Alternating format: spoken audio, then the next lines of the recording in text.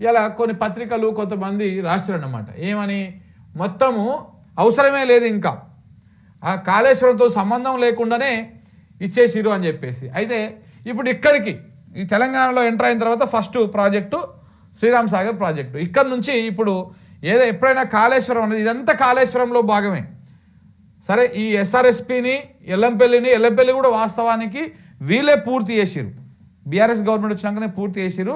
ఈ ఎస్ఆర్ఎస్పిని ఎల్లంపల్లి పక్కన పెడితే ఇదంతా కూడా ఇవన్నీ ఈ కింద ఉన్నటువంటి ఈ లింకులు అన్నీ కూడా కాళేశ్వరంలో భాగమే.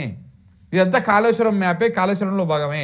ఈ 3 బ్యారేజీలు మేడిగడ్డ, అన్నారం, సుందిల్లా, ఈ 3 బ్యారేజీలకు అయినటువంటి ఖర్చు కేవలం 10,000 కోట్లు మాత్రమే. మొత్తం దాని మీద పెట్టినటువంటి 90,000 కోట్ల డబ్బు అంతా కూడా ఈ కింద ఉన్నటువంటి అన్నింటి కోసం కూడా పెట్టిర్రు. ఇప్పుడు ఎల్లంపల్లిలో వాటర్ ఉన్నాయి. ఏమంటారు, ఈ ప్రాజెక్ట్ అవసరమే లేదు. ఏది కాళేశ్వరంతో సంబంధం లేకుండానే ప్రాజెక్టులన్నీ నిండుతున్నాయి, నీళ్ళన్నీ వచ్చేస్తా ఉన్నాయని చెప్తా ఉన్నారు కొంతమంది. మరి ఇప్పుడు ఎల్లంపల్లిలో వాటర్ ఉన్నాయి. ఎల్లంపల్లి నుంచి తీసుకుపోవాలి. ఎస్ఆర్ఎస్పి నుంచి వరద కాలువ లేనప్పుడు, లేకపోతే కాకతీయ కెనాల్ రానప్పుడు, ఈ ఫ్లడ్ ఫ్లో కెనాల్ ఈ 2 రానప్పుడు మనకి ఎల్లంపల్లిలో వాటర్ ఉన్నాయి అనుకుందాం. ఈ కడెం నుంచి ఇక్కడ నుంచి కూడా వచ్చినప్పుడు ఎల్లంపల్లిలో వాటర్ ఉన్నప్పుడు ఎట్లా వస్తాయి మరి? ఇక్కడ మిడ్ మానేరు దాకా ఏ రకంగా రావాలి? ఎల్లంపల్లి నుంచి పంపులు పెట్టి ఈడ నందిమేడారం ట్యాంకులు నింపుకోవాలి. నందిమేడ బుంగలు ఉంటాయి కదా, ఆ నందిమేడారం పంపులు పోసుకోవాలి. ఆ నుంచి లక్ష్మీపూర్ తీసుకుపోయి లక్ష్మీపూర్లో ఆడ పంపులు పెట్టి అక్కడ తీసుకొచ్చి మిడ్ మానేరులో వేయాలి. ఈ విషయాన్ని చెప్తలేరు. ప్రాజెక్టు కాళేశ్వరం ప్రాజెక్టు మూడు ఇంతకుముందు కూడా మనం చాలాసార్లు మాట్లాడుకున్నాము. మళ్ళీ కూడా చెప్తానండి మీకు. కాళేశ్వరం ప్రాజెక్టు 3 భాగాలు. ఒకటి ఇక్కడ నుంచి ఇది, అంటే 3 రకాలుగా యూజ్ చేస్తాం మనం. ఇది ఎమర్జెన్సీ అంటే మనకు వాటర్గా లేవు, గోదావరిలో ఇక్కడ నుంచి ఇక్కడ దాకా వాటర్ లేవు అన్నప్పుడు మేడిగడ్డ నుంచి వాటర్ పోసుకోవడం చివరి ఆప్షన్. అది ఫస్ట్ ఆప్షనే కాదు అది. ఇంకొకటి వర్షాలు కొంత అంటే మోతాదుగా పడ్డాయి, మనకు పైనుంచి శ్రీరామ్ సాగర్ నుంచి పెద్ద వరద వస్తలేదు, కానీ ఈ కడెం నుంచి ఈ ప్రాంతంలో ఉన్న ఇళ్ళ వాటర్ వస్తున్నాయి అన్నప్పుడు ఎల్లంపల్లి నుంచి ఎత్తిపోసుకోవడం కోసము ఈ 2వ దాని కింద చూడాలి. ఇక అసలు ఈ రెండు అవసరం లేకుండా దీని నుంచి కూడా మొత్తం కాళేశ్వరాన్ని నింపుకునేటువంటి అవకాశం ఉంటుంది. ఇక్కడ నుంచి వరద కాలువ నుంచి ఈ కాకతీయ కెనాల్ నుంచి ఇటు మిడ్ మానేరు, లోయర్ మానేరు నింపుకొని మళ్ళీ ఇక్కడ నుంచి అన్ని పంపులే, ఇవన్నీ కాళేశ్వరం పంపులే. ఇవన్నీ ఈ రిజర్వాయర్లు అన్నీ కూడా కాళేశ్వరం పంపుల ద్వారానే అవుతాయి. ఇవన్నీ కూడా ఇప్పుడు ఇదేంది, అనంతగిరి ఉన్నది. అనంతగిరిని ఎట్లా నింపుతారు మిడ్ మానేరుకు? అసలు ఆ కనెక్టివిటీ ఎవరు చేసిరు? కాళేశ్వరంలో భాగంగానే వచ్చింది. ఈ అనంతగిరి రిజర్వాయర్ నింపేది పంపుల ద్వారానే. ఈ మిడ్ మానేరు తీసుకొచ్చి ఈ అనంతగిరి నుంచి రంగనాయక సాగర్ పోయేది పంపుల ద్వారానే, కాళేశ్వరం పంపుల ద్వారానే. ఈడ కాళేశ్వరం నింపుకొని ఈ నుంచి మల్లన్న సాగర్ పోయేది కాళేశ్వరం పంపుల ద్వారానే. ఈ మల్లన్న సాగర్ కట్టింది కాళేశ్వరంలో భాగమే, రంగనాయక సాగర్ కట్టింది కాళేశ్వరంలో భాగమే, గంధమల్ల కట్టింది మన చేసిడుగా భూమిపూజ సారు, దానికి కాళేశ్వరంలో భాగమే, కొండపోచమ్మ కాళేశ్వరంలో భాగమే. ఇట్లా అన్నీ కూడా కాళేశ్వరంలో భాగమే. ఇవన్నీ కూడా ఓన్లీ మేడిగడ్డ, అన్నారం, సుందిల్లా ఈ 3 బ్యారేజీలే కాదు. ఈ 3 బ్యారేజీలు బంద్ మాత్రాన మొత్తం కాళేశ్వరం అంతా బంద్ ఉందని చెప్పేసి ఒక దుష్ప్రచారాన్ని చేస్తూ ఉన్నారు. మన ఎల్లంపల్లికి వెళ్ళి మోటార్లు ఆన్ చేసిరు. ఆ మోటార్లు ఎక్కడికి వెళ్ళి వచ్చినాయి? గతంలో వైఎస్ రాజశేఖర రెడ్డి పెట్టిండా, లేకపోతే ఉమ్మడి రాష్ట్రంలో ఉమ్మడి పరిపాలకులు పెట్టిర్రా? ఎవరు పెట్టిర్రు? కాళేశ్వరం ప్రాజెక్టులో భాగంగానే నందిమేడారం పంపులు వచ్చినాయి, లక్ష్మీపూర్ పంపులు వచ్చినాయి, మిడ్ మానేరు తర్వాత ఉన్నటువంటి అనంతగిరి పంపులు వచ్చినాయి, రంగనాయక్ సాగర్ పంపులు వచ్చినాయి, ఆ రిజర్వాయర్లు వచ్చినాయి, మల్లన్న సాగర్ పంపులు వచ్చినాయి, దాని రిజర్వాయర్లు వచ్చినాయి. అన్ని కాలువలు, టన్నెళ్ళు, మోటార్లు అన్నీ కూడా దాంట్లో భాగమే కదా. ఇప్పుడు శ్రీరామ్ సాగర్ నుంచి వాటర్ వస్తున్నాయి, సంతోషం. మనకు ఇక్కడ కరెంటు వాడకుండా, ఇవేవి ఎత్తకుండా, మోటార్లు ఆన్ చేయకుండా ఫ్లడ్ ఫ్లో కెనాల్ నుంచే మిడ్ మానేరు నింపుకోవాలి, మిడ్ మానేరు నుంచి లోయర్ మానేరు నింపుకోవాలి, లోయర్ మానేరు నింపుకొని ఇటు దీని కింద ఉన్నటువంటి మిడ్ మానేరు పైన ఉన్నటువంటి ఈ రిజర్వాయర్ అన్నీ నింపుకోవాలి. అన్నీ నింపెట్టండి. ఇప్పుడు ఇంత వాటర్ వస్తుంది కదా. ఈ తెలంగాణ గవర్నమెంట్ ముందు చాలా పెద్ద టాస్క్ ఉన్నది. ఇప్పుడు ఏం టాస్క్ ఉన్నదో చెప్తా. ఇప్పుడు ఎస్ఆర్ఎస్పికి ఫ్లడ్ వస్తుంది బాగా, దగ్గర ఇప్పుడు అది ఆ 80 టీఎంసీలు నిండే ఉన్నది. 80 టీఎంసీలు నిండింది. దాంతోపాటు ఇంకా కూడా ఫ్లడ్ వస్తున్నది. ఇప్పుడు కిందికి కూడా వదిలేస్తూ ఉన్నారు, ఎల్లంపల్లికి వదిలేస్తూ ఉన్నారు, ఎల్లంపల్లి నుంచి కిందికి వదిలేస్తూ ఉన్నారు. లక్షల క్యూసెక్ల వాటర్ కిందికి పోతూ ఉన్నది.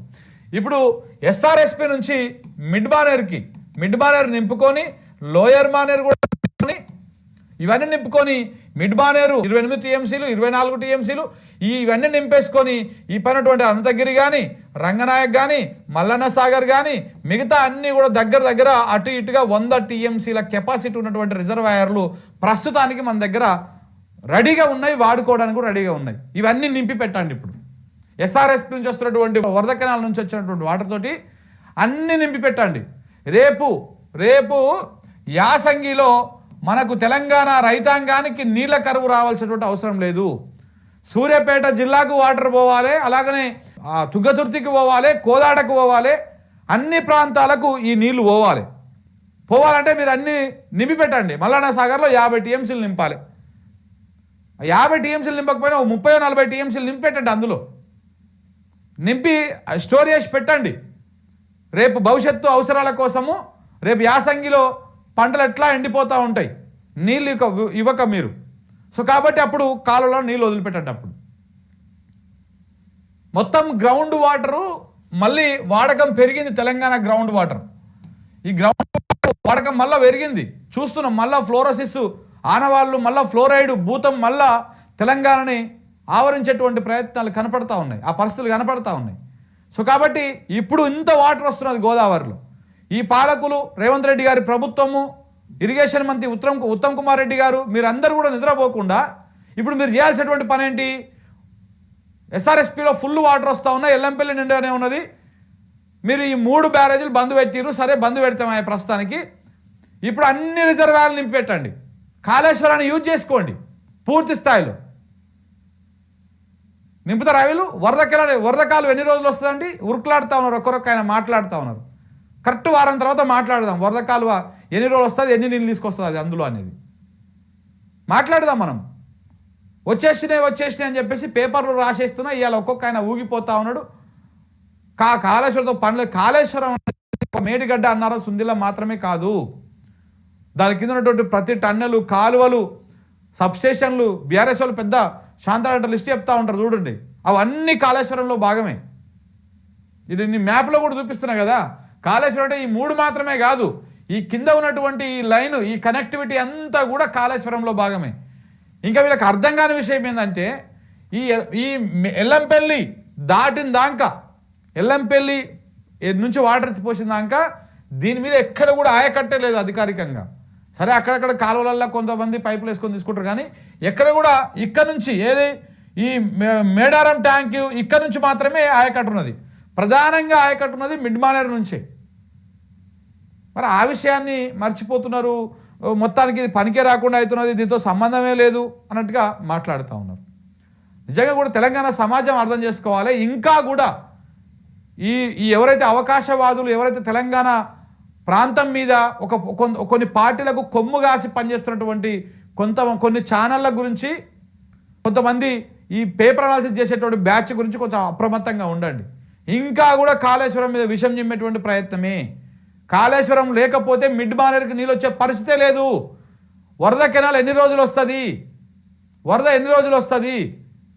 కృష్ణానదిలో బొచ్చర్ సార్లు గేట్లు ఎత్తిరు. శ్రీశైలంది, నాగార్జున సాగర్ది ఈ సంవత్సరమే 2-3 సార్లు ఎత్తుతురు, మూస్తురు. కానీ మన ప్రాజెక్టులు మాత్రం నింపుతలేరు. సేమ్ ఇక్కడ కూడా అంతే. గోదావరిలో వరద వస్తుంది. ఇప్పుడు దేవుడు కరుణించిండు, వర్షాలు బాగా పడ్డాయి, మహారాష్ట్రలో పడ్డాయి, కర్ణాటకలో పడ్డాయి, మన దగ్గర కూడా పడ్డాయి. కాబట్టి వరద వస్తున్నది, సంతోషం. వరద వస్తే మనం దాన్ని వాడుకోవాలి, మన రిజర్వాయర్లు నింపుకోవాలి. కానీ నింపుకుంటున్నారా వీళ్ళు? ఏం చేస్తారు చూడండి. ఇంత వరద వస్తుంది, మరి నింపుకునే అవకాశం ఉన్నట్టు నింపుకోవాలి కదా. ఆ నింపుకోవడానికి కూడా కాళేశ్వరం పంపులే వాడాలి. అది వాడే చేస్తున్నారు. కాళేశ్వరంతో సంబంధం లేదు. గుండెకాయ అదేదో కాయ ఈ పంపులన్నీ ఎడికెళ్ళి వచ్చినాయో తెలుసా? అసలు అవగాహన ఉంటే కదా, ఏది లేకుండా ఉంటేనే నోటికి వచ్చింది వాగుడు.